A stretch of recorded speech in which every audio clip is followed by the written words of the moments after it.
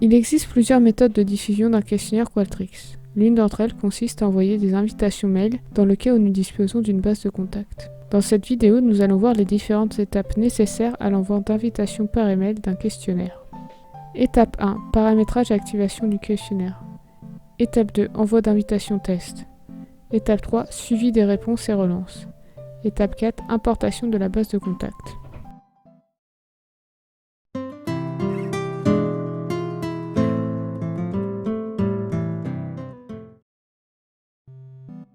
Après avoir fini de paramétrer et tester mon questionnaire, en pensant bien à bloquer la récolte des adresses IP, je réalise les opérations suivantes. Je bascule en mode restreint pour empêcher la complétion par des tiers n'ayant pas d'invitation, puis j'active le questionnaire.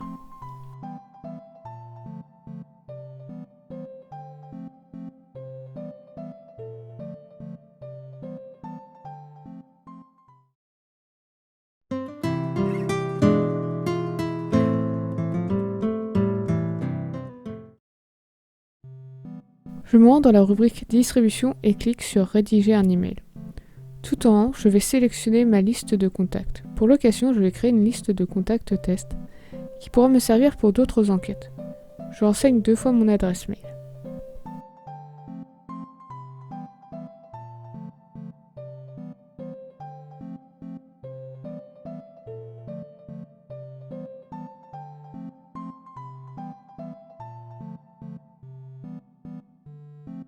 Je change l'email de réponse. En effet, le questionnaire risque d'être diffusé auprès de centaines, voire milliers d'individus. Il est important de renseigner une adresse mail dédiée à la gestion des retours et non votre adresse mail principale. Je personnalise l'email. L'icône A entre des accolades permet d'intégrer différentes variables, telles que le prénom et le nom issus de la base de contact.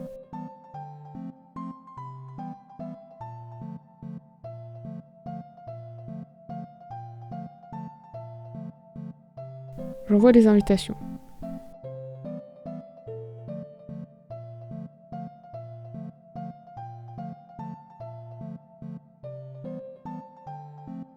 Puis sur mon adresse mail, je constate que je l'ai bien reçu en double. Je complète une fois le questionnaire à partir d'un des 2 liens.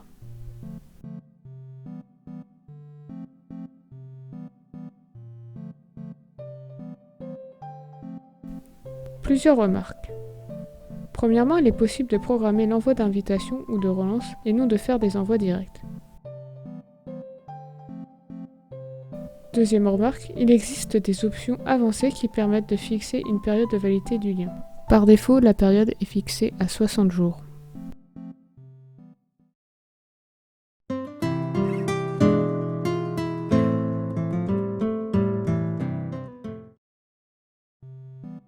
Dans l'interface de gestion des invitations, je peux voir qu'un contact sur 2 a bien complété le questionnaire. Je fais une relance pour le contact n'ayant pas rempli le questionnaire.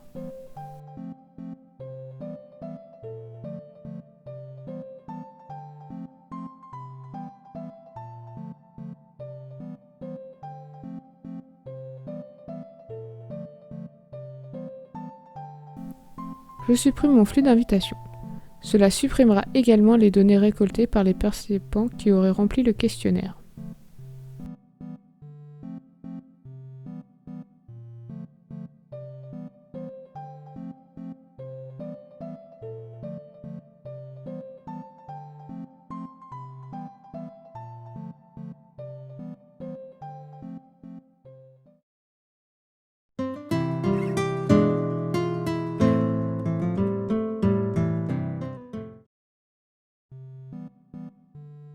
Pour importer sa base de contact, il suffit de générer un document au format CSV contenant les colonnes suivantes: first name, last name et email.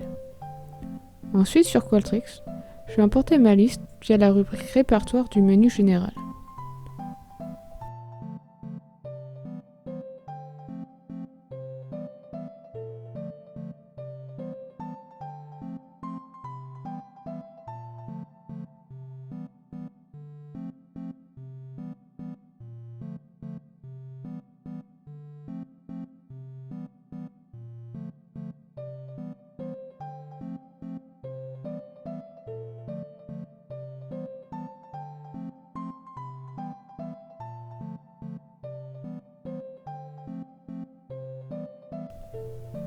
En retournant dans la rubrique Distribution de mon enquête, je peux envoyer des invitations à la liste que je viens de créer.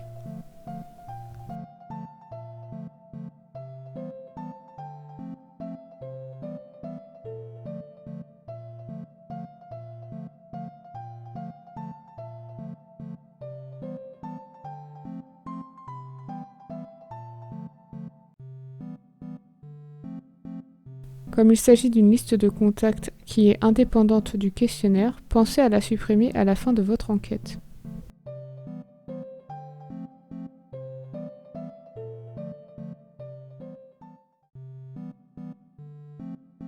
Afin de respecter la RGPD dans le cadre d'un projet de recherche, les données personnelles contenues dans la base de contacts doivent être séparées de la table contenant les réponses. Ce paramétrage se fait au travers de l'option « Rendre les réponses anonymes » de l'onglet « Sécurité ». Il s'agit de la même option qui permet de ne pas récolter les adresses IP. Donc, si vous avez paramétré votre questionnaire pour qu'il ne récolte pas les adresses IP, il opérera bien une scission entre la table des invitations et celle des réponses aux questions. En conclusion, vous savez désormais comment envoyer des invitations email pour vos questionnaires Qualtrics. Prochainement, une vidéo sortira pour expliquer comment récupérer des variables de la table d'invitation ne concernant pas l'identité des sujets, tout en respectant la RGPD. Si d'autres problématiques autour de Qualtrics ou de la production et l'analyse de données vous intéressent, n'hésitez pas à me contacter.